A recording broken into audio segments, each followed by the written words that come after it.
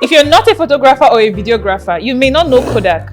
Back in the days, if you wanted to take a photo, it was Kodak camera. If you needed film, it was Kodak. If you're printing pictures, the paper probably had a Kodak logo on it. They were the king of photography for over a century.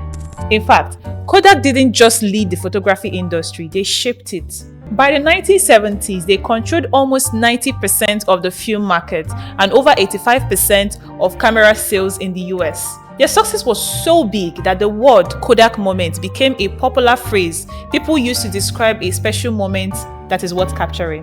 But at some point, everything changed. In 1975, something amazing happened. A young Kodak engineer named Steve Sasson built the world's first digital camera. It did not need film. It could capture and show images instantly. But Kodak didn't celebrate it. Instead, top executives saw it as a threat.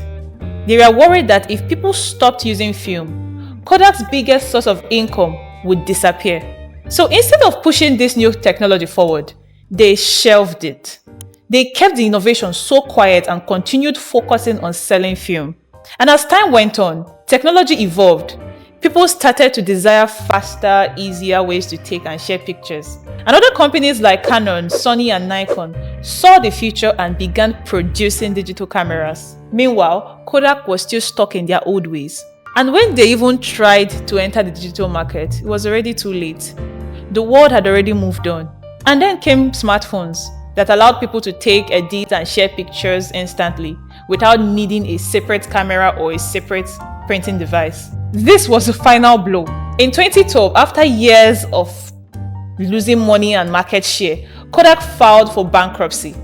The company that once ruled photography had failed to keep up with the times. What is even more painful is the fact that Kodak had the tools, the technology, and the talent to lead the digital revolution.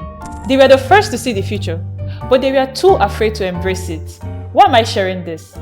Listen, if you're at the top, success does not last forever if you're not willing to change. Sometimes protecting what you already have can stop you from growing into what is next.